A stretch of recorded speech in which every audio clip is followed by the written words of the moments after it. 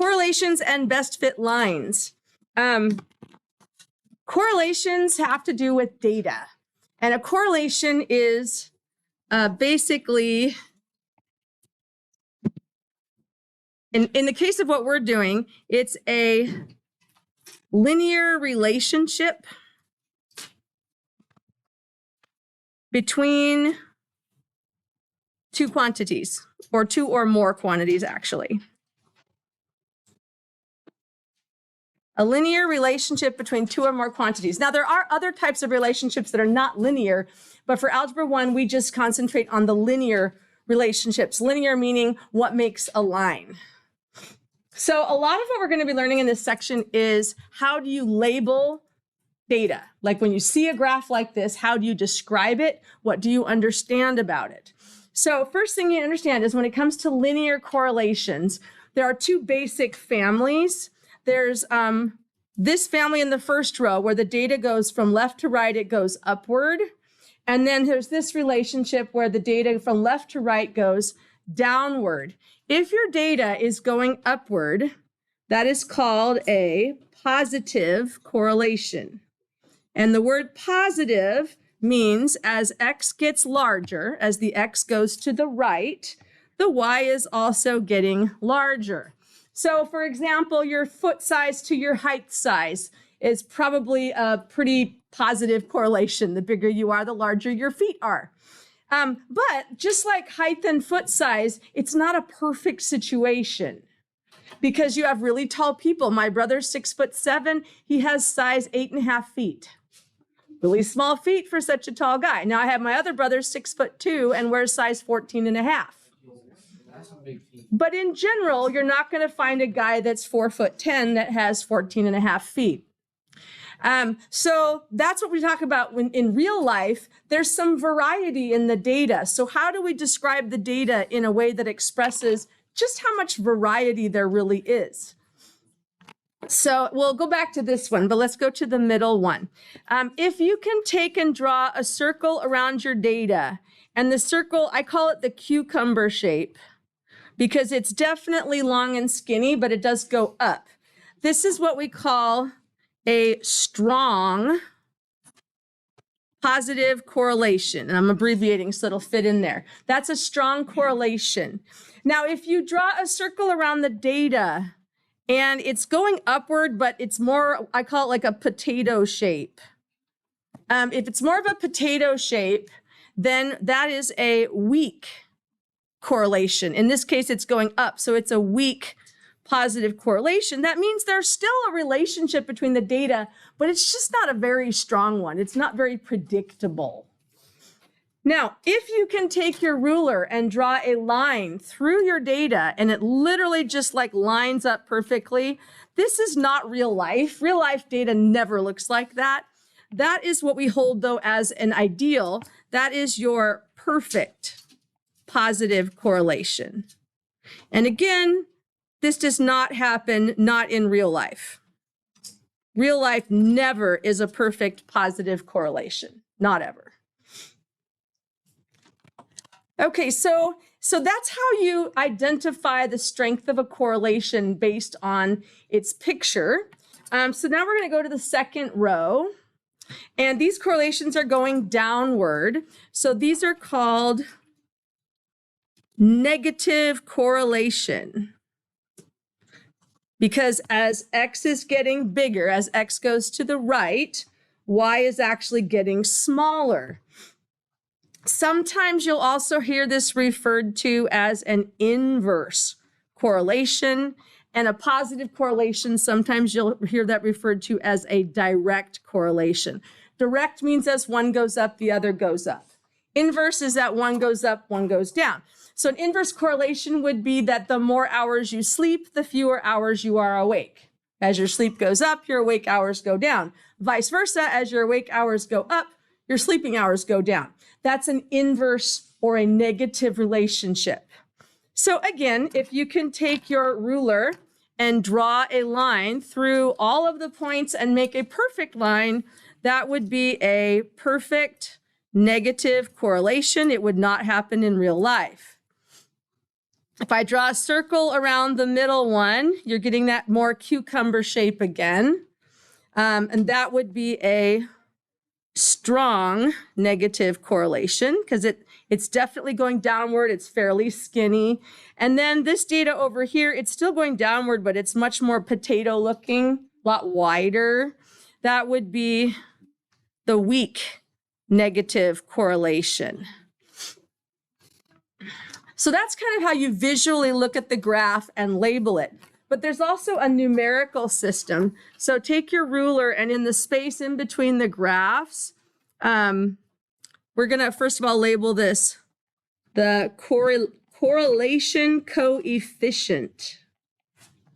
Correlation coefficient, which is basically a number that tells you how strong the correlation is. So it's a little bit less subjective than just looking at the data. So your correlation coefficient goes from 0 to 1.0, so 0 to 1. If you have a correlation that's between 0.1 and 0.2, that would be considered a weak correlation. If your correlation goes from about 0.3 to 0.6, that's a moderate correlation. And then somewhere around 0.7 to 0.9 would be a strong correlation coefficient. And of course, 1.0, just like the line, is a perfect correlation, which doesn't exist. A 0, which does exist, is no correlation. Some of these numbers are fairly arbitrary, but just remember if it's in the low 0.1s and 0.2s, it's pretty weak. Moderate is anything close to the middle. And of course, high is a 0.7 to 0.9 or strong. You don't see that very often. There are very few correlations in real life that are that strong, just because we are human and we have lots of variety. Now, there's also a correlation coefficient for negative correlation. So draw yourself another line from edge to edge. And in a negative correlation, it goes to negative 1.0 on the left. And then the highest one is a 0. And the numbers are pretty much the same. A negative 1.0 is a perfect negative correlation. Negative because the number's negative, so you know it's a negative correlation. 0 would be no correlation. And the numbers are pretty much the same, just in the negative direction. So negative 0.1 to negative 0.2 would be weak. Negative 0.3 to about negative 0.6 would be a moderate correlation coefficient. And then anything from about 0.7 to 0.9, so it's negative 0.9 to negative 0.7, would be your strong negative correlation. So pretty much the same intervals, just in the negative direction.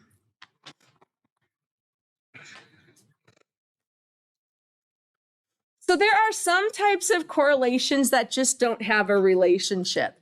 And the way you can figure that out is as X changes, Y needs to change. If either one of them is not changing, then it's not a correlation. So this bottom row down here, these are examples of graphs with no correlation. Now, I think the one that is the most obviously no correlation is the last one. X, we don't know what X is doing. It's not increasing or decreasing, neither is the Y. It's just all over the place. I did a data study once where we did data of students' GPAs versus how many hours they worked a job outside of school.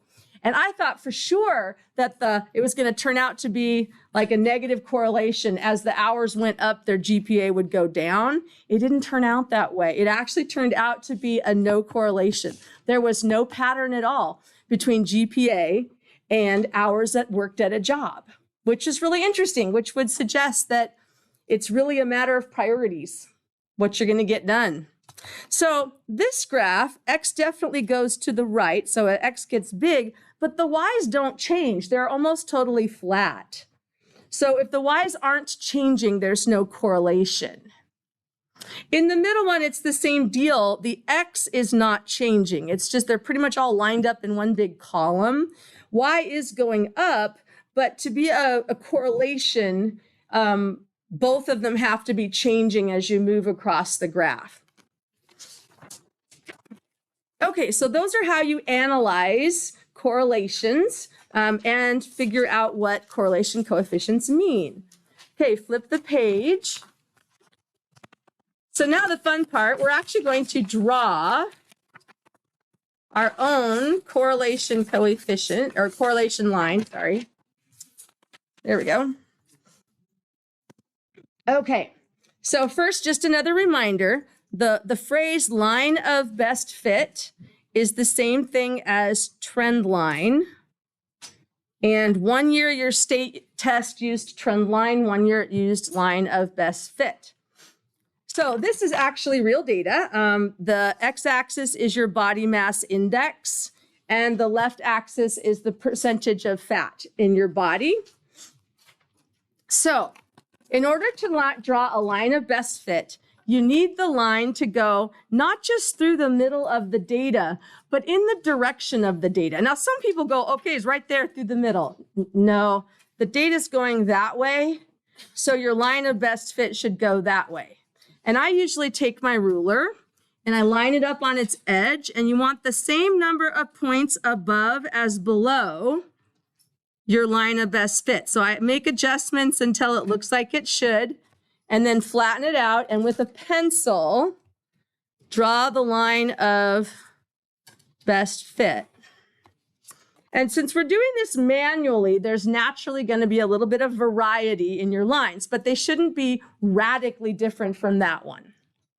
So again, if you need to erase it and try it again, that's fine.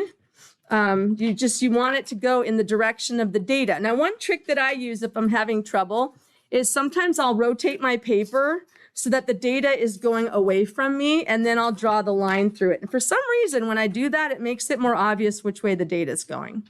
So you might try that trick.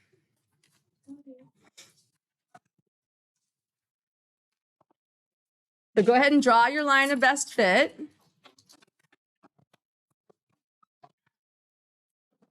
Now, if we had to describe the strength and type of correlation, strength is it strong or weak? Type, is it positive or negative? So which type is this? Is this a positive correlation or a negative correlation? Positive. It's positive, it's going up, yes.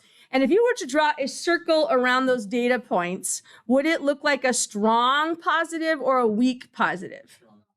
Strong, yeah, that's definitely cucumber shaped, long and skinny. So this is a strong positive correlation.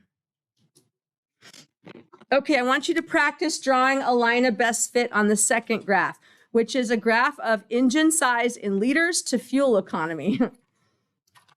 So again, use your ruler. It does not have to go through any points at all. Your line of best fit goes through the middle of the data. It does not necessarily connect any dots.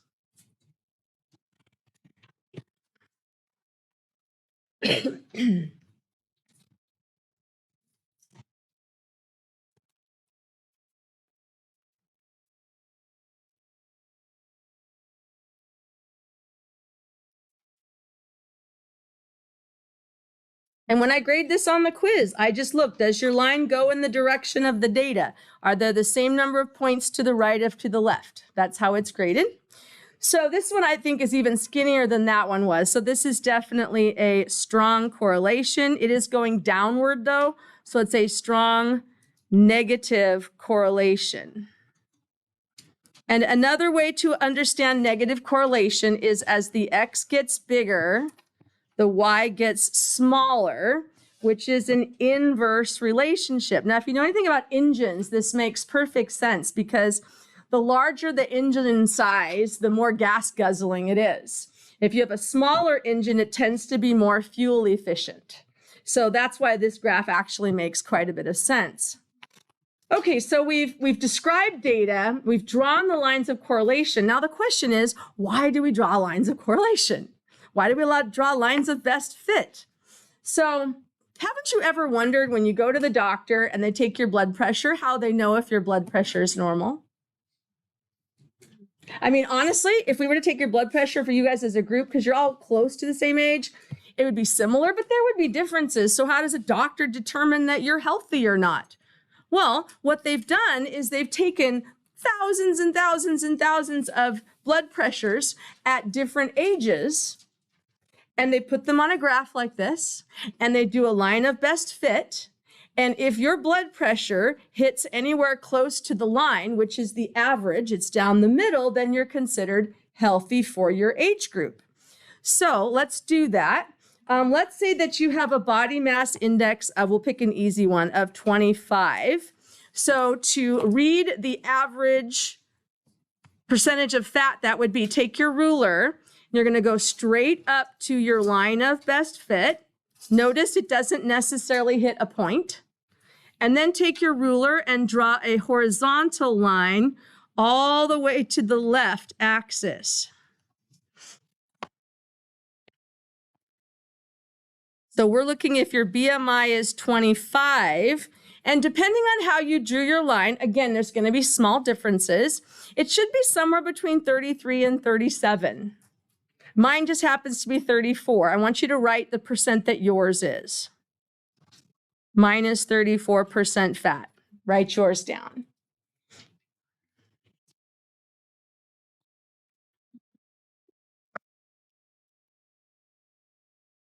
When you take a data point out of the middle of a set of data, there's a name for that. It's called interpolation or interpolation. I actually tried to look it up and see which one was correct, and they both came up. So interpolation or interpolation, this is going to use the best fit line inside the data set. That's interpolation. Think inter means inside, interpolation. Now, the opposite of interpolation is extrapolation.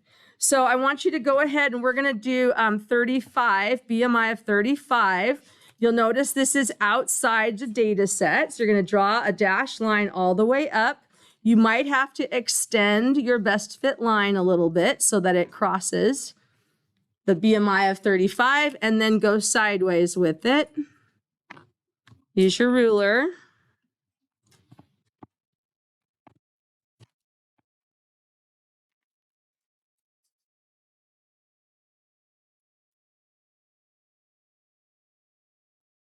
So probably on yours, a BMI of 35 would probably hit really close to 50. 50% fat, which is a lot. Definitely an outlier. So when you use data that's outside, or you use your line outside the visible data, that is extrapolation. So extrapolation is you use the line outside the visible data. You use the line outside the visible data. That's extrapolation. Which one do you think is more accurate, extrapolation or interpolation? Which do you think is more accurate?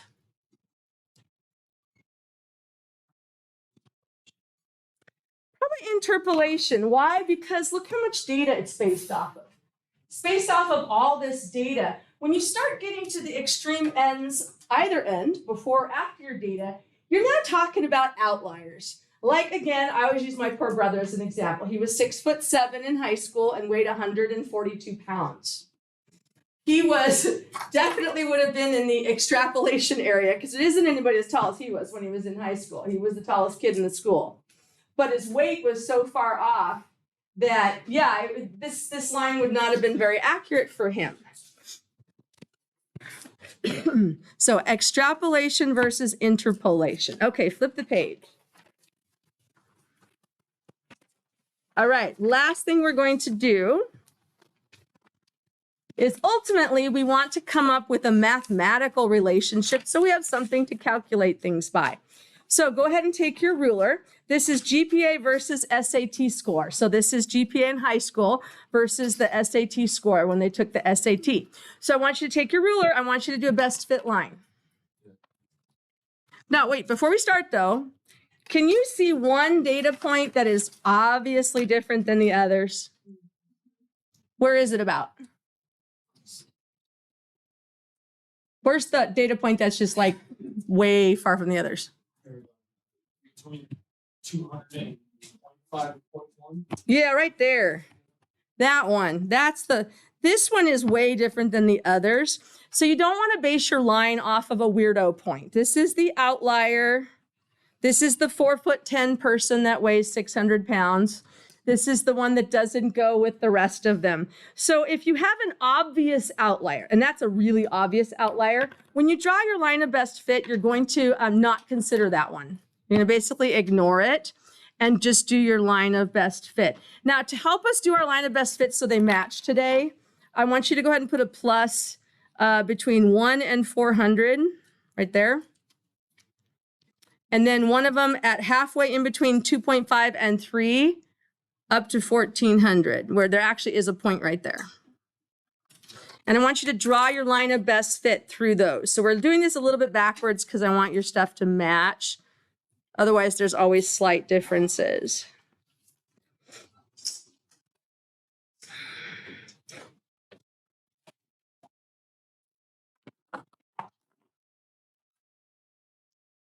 All right, so we're going to write the equation of our best fit line. That way we can use it to calculate if someone's GPA is a certain number, about what will their SAT score be, which is much more exact than staring at a picture and trying to estimate it.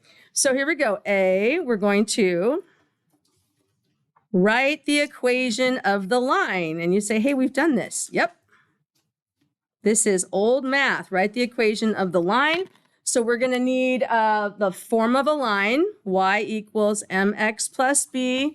You're going to need the slope of a line. Slope is y sub 2 minus y sub 1 over x sub 2 minus x sub 1. And then we need to pick 2 points. Now, when you pick your points, you want to pick them off the line. They do not have to actually be data points.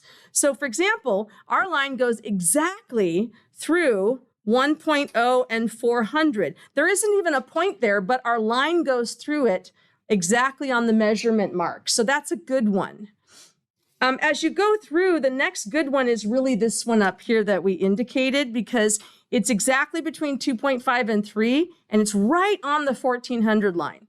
So 2.75 and 1400 is going to be our other one. So the points you pick need to be on the line. They do not need to be data points. And that's a hard thing for people to remember.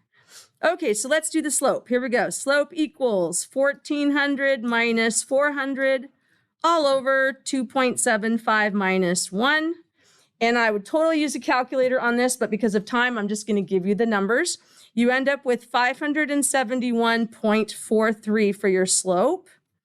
Then we're going to pick a temporary point. Pick the easy one, the 1, 400. That's my temporary x and y, and sub it into the equation. So 400 equals my slope, 571.43, times my temporary x, which is 1 plus b. And again, I'm going to shortcut this a little bit due to time. You solve for b, and you end up with negative 171.43. If your numbers are looking weird, you're probably doing it right. Now we're going to take the slope and the y-intercept and write the equation. Y equals 571.43 times x minus 171. Oh, shoot, I put the decimal in there again. It's 171.43. There we go. That is the equation of the line. On your homework, you're going to write the equation of the line. And then the second part is they're going to have you use your line. So here we go. If the GPA equals 2.3, what is the SAT score that correlates to? So your GPA, 2.3, that's your X. You substitute it into your equation. So y equals 571.43 times my GPA, which is 2.3, minus the y-intercept, 171.43. Basically, you just sub it in and crank it through like you would any other point. You end up with 1,142.85. The SAT does not do decimals, so the 8 will round the 2 up to a 3. And your SAT score is estimated to be 1143. Now, one of the things that I find on this is it uses the terminology estimate. And then people think, oh, they want me to guess. No. Estimate in a math class means use your equation. It's regarded as an estimate because remember, everybody's GPA and SAT score are different. This is just an average estimate or approximate, but it is actual mathematics, so don't guess. All right, that is the end of the notes for writing the equation of a line. Hope you kind of enjoyed it. I like data.